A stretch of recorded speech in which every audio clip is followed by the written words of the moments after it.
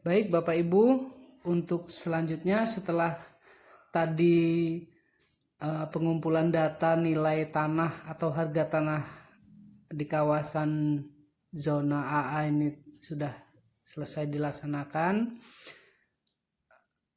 sedikit mengulas kembali untuk zona AA ini, boleh lahan-lahan perumahan atau pertokoan atau untuk usaha lainnya yang berada di pinggir jalan, kemudian diambil juga untuk perumahan atau usaha lainnya yang berada di dalam, dan juga lahan-lahan kosong yang berada di dalam zona nilai tanah atau JNTAA ini sebisa mungkin diambil merata per RW atau per wilayah masing-masing yang berada di dalam zona AA ini. Selanjutnya kita ke langkah yang kedua atau ke tahap yang kedua, pengambilan data nilai atau harga tanah yang berada di luar zona AA. Nah, apabila di kampung Bapak Ibu itu terdapat zona AB, zona AB ini adalah zona yang keramaiannya atau nilai tanahnya satu tingkat di bawah zona AA. Apabila ada ini Bapak Ibu ya, apabila ada di kampung Bapak Ibu, silakan ambil data nilai tanahnya sebanyak 4 sampai dengan 6 data yang dilakukan secara acak juga. Langkah kerjanya sama dengan pengambilan data nilai tanah yang berada di zona AA tadi Bapak Ibu ya. Bapak Ibu silakan ambil secara acak, boleh yang di sini, boleh yang di sini atau di mungkin di belakang-belakang ini mungkin masih ada lahan perumahan atau perkebunan, silakan. Tidak terpaku yang berada di pinggir jalan saja, boleh 3 atau 4 bidang di belakang tanah atau di belakang 3 atau 4 bidang dari jalan ke belakang. Dengan catatan seperti tadi, dia masih berada di dalam kawasan zona AB. Sekali lagi, apabila itu ada Bapak Ibu ya di kampung Bapak Ibu ada pembagian untuk zona AB selain zona AA. Nah, itu dimasukkan juga ke tabel. Kita contohkan, misalnya kita ambil secara acak tanah yang ini Bapak Ibu ya. Tanah yang ini kita masukkan datanya ke dalam tabel. Nah, zona kode JNT-nya dia berada di zona AB. Zona AB kita contohkan misalnya AB. Nah, kemudian nama jalan, karena di sini dia berada di pinggir jalan di Ponegoro, kita tulis jalan di Ponegoro. Nah, RT-nya kebetulan dia masuk di RW 4. RT misalnya RT 3. RT 03 04 karena dia berada di RW 4. Nah, jenis pemanfaatan tanah, misalnya ternyata tanah ini dipakai untuk pom misalnya atau untuk tuku saja Pak ya, kita buat pertukuan. Nah, luas bumi, kemudian ke luas bumi, misalnya luas bumi 350 meter persegi. Nah, pertukuan, karena di sini ada pertukuan, pasti ada bangunannya, maka kita tanyakan informasi luas bangunannya, misalnya 7 kali 9. 7 kali 9. Atau bisa juga ditulis hasilnya 7 kali 9 56 meter persegi. Nah, kemudian harga tanah, kita tanyakan informasi harga tanah di sini karena mungkin Bapak Ibu paham dan mengerti pasaran harga tanah di sekitaran sini ini berapa.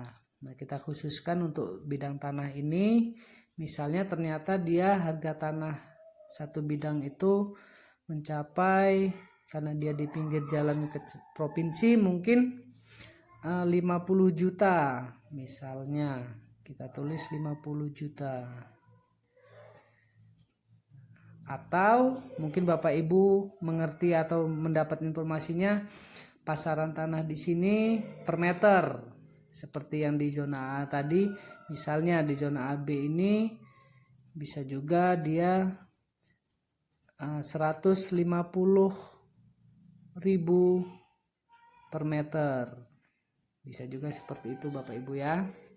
Nah, kemudian nilai tanah setelah dianalisa dikosongkan, NIR dikosongkan, begitu juga kita umpamakan sumber datanya dari pemilik langsung. Pemilik dalam kurung Supriyadi, misalnya Supriyadi. Nah, begitu Pak ya. Nah, ini oke, kita ambil contoh satu lagi, misalnya ini perkebunan. Yang ini Pak ya. Nah, perkebunan boleh. Perkebunan. Oke, untuk kode JNT masih AB karena dia masih berada di wilayah zona AB Pak ya. Jalan masih sama di Ponegoro. Nah, kemudian RT-nya kebetulan dia masuk di RW 1. Kita umpamakan dia masuk di RW 2. RT 2 RW 1. Nah, kemudian jenis pemanfaatan tanah perkebunan.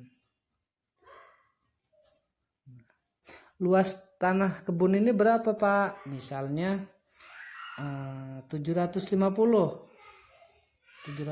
meter persegi, atau bisa 1 hektar atau begitu Pak ya. Nah, kemudian jenis bangunannya kosong karena dia perkebunan.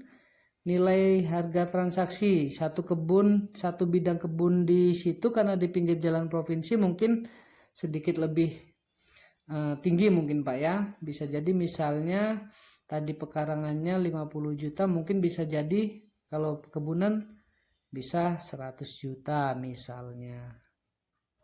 Disesuaikan dengan harga pasaran atau harga umumnya yang sesuai dengan keadaan aslinya di lapangan Pak ya, 100 juta misalnya.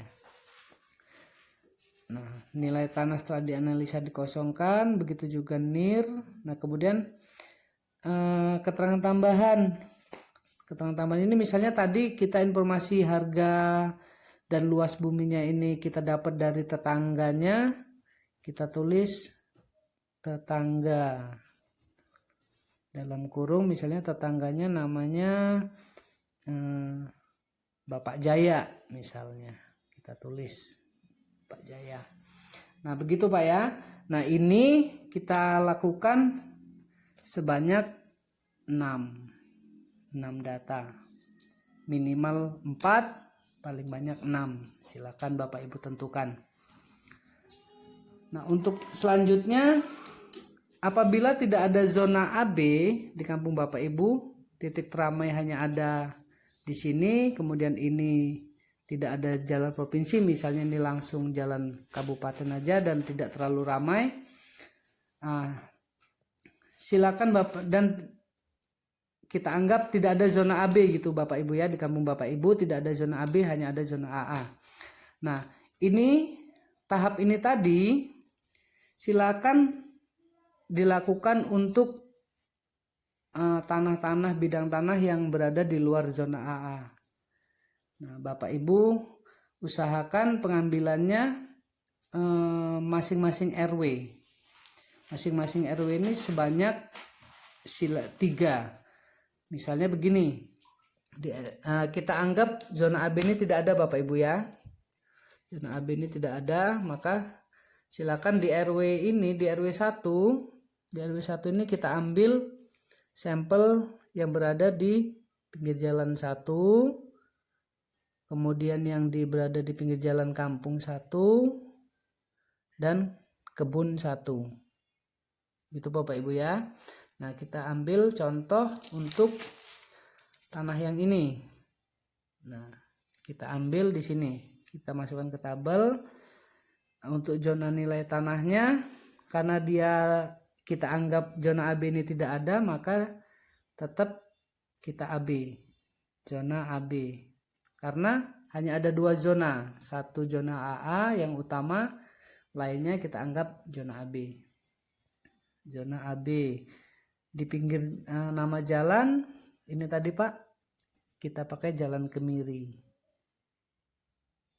Jalan Kemiri. Kemudian RT. Kebetulan di sini RT, misalnya kita tentukan RT 4 RW 1. RT 4 RW 1. Nah, pemanfaatan tanah kebetulan di sini perumahan ya Pak, Bapak Ibu, perumahan. Nah, luasnya begitu juga ditanyakan, luasnya berapa, bangunannya berapa, kemudian nilai harga tanah di sini pasti berbeda dengan yang berada di dalam zona AA ini tadi. Meskipun dia sama-sama di pinggir jalan kabupaten. Misalnya mungkin di sini pasarannya sudah 60 juta, kemungkinan di sini mungkin 40 karena dia kepadatan penduduknya sudah berkurang. Dan diapit kebun-kebun. Misalnya begitu Pak ya, di sini pekarangan perumahan itu 80, bisa jadi mungkin di sini sekitar 50 atau 60. Begitu Pak ya. Misalnya kita buat di situ di zona AA 50, maaf tadi ada sedikit Jalan Kemiri, misalnya kita buat 35 juta misalnya untuk satu bidang tanah ini. Nilainya kosongkan, begitu juga NIR dan sumber informasinya diisi. Nah, kemudian untuk di tanah yang ini kita buat zonanya masih AB. Kemudian jalan, nah nama jalan ini jalan apa Pak? Misalnya tidak ada namanya, kita buat jalan kampung. Jalan kampung. Misalnya Jalan Kampung 1. Tidak apa-apa. Yang penting di peta Bapak dikasih keterangan Pak ya, nama Jalan Kampung 1. Kalau tidak ada namanya Jalan Kampung 2, Jalan Kampung 3, seperti itu Pak ya. Nah, untuk RT RW-nya tadi mungkin masih bersebelahan. Kita buat RT 4 RW 1. Nah, ini khusus untuk RW 1 Pak ya. Perumahan, kemudian luas buminya berapa, luas bangunan berapa, kemudian harganya juga berapa, keterangannya. Nah, kemudian ini Pak, yang tanah perkebunan. Tanah perkebunan masih di AB, kemudian 04 01, atau mungkin di sini sudah masuk RT 3 gitu Pak ya, boleh. RT 3, RW-nya masih 1. Perkebunan, luasnya 1 hektar, harganya mungkin karena dia di dalam ya, misalnya kita buat 75 juta, tetapi ini harus sesuai dengan keadaan sebenarnya di kampung Bapak Ibu ya Pak. 75 juta begitu aja terang.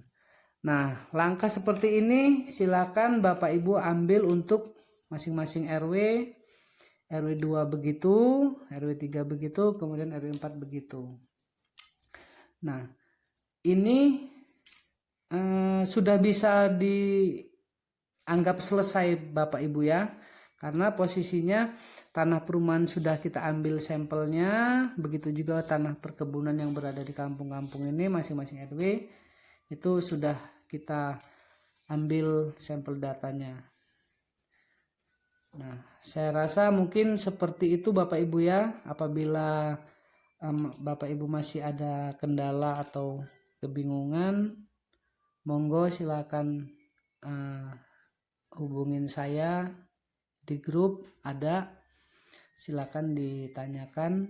Mungkin saja saya bisa membantu menyelesaikan kebingungan Bapak Ibu terkait pendataan NIR ini. Demikian Bapak Ibu, terima kasih. Mohon maaf apabila masih banyak kekurangan atau kesalahan dalam penyampaian saya. Semoga dapat membantu Bapak Ibu. Terima kasih. Assalamualaikum warahmatullahi wabarakatuh.